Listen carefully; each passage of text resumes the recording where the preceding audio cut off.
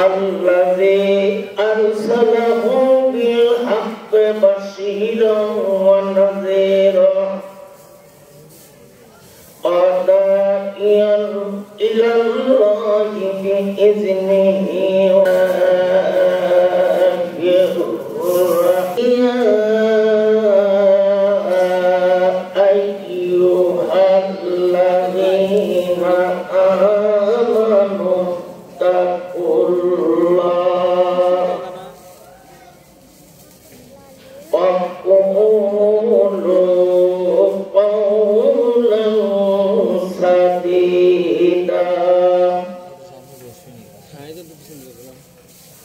يصلح لكم أعمالكم ويغفر لكم ذنوبكم ومن يطع الله ورسوله فقد فاز فوزا عظيما. وقال النبي صلى الله عليه وسلم أول من يحاسب به العبد يوم القيامة الصلاة أو كما قال عليه الصلاة والسلام إن الله وملائكته يصلون على النبي يا أيها الذين آمنوا صلوا عليه وسلموا تسليما. اللهم صل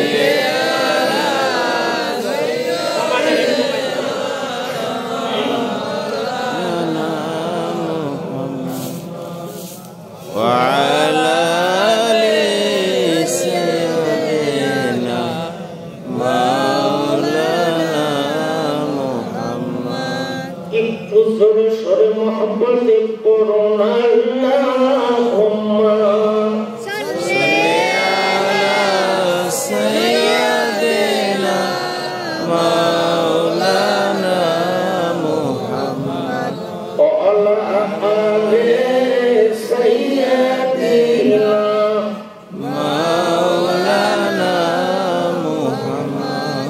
মদিনার যাত্রী আমার আরজি শোনো নবীজির কদমে আমার সালাম পৌঁছাও না। মদিনার যাত্রী আমার আরজি শোনো নবীজির কদমে আমার সালাম পৌঁছাও না। তোমার কাছে আমি নবীজির খোঁজ পাবো, তোমার কাছে আমি নবীজির খোঁজ পাবো। আমি জীবনে একবার মদিনায় যাব, মদিনায় যাব, মদিনায় যাব। আমি নবীজির কদমে সালাম জানাবো।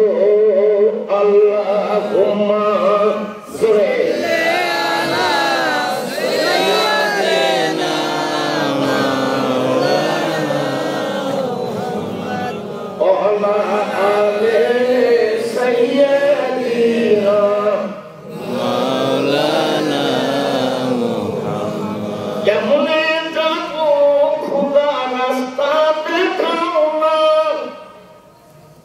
কেমনে যাবো দয়াল রাস্তা বাতাও না।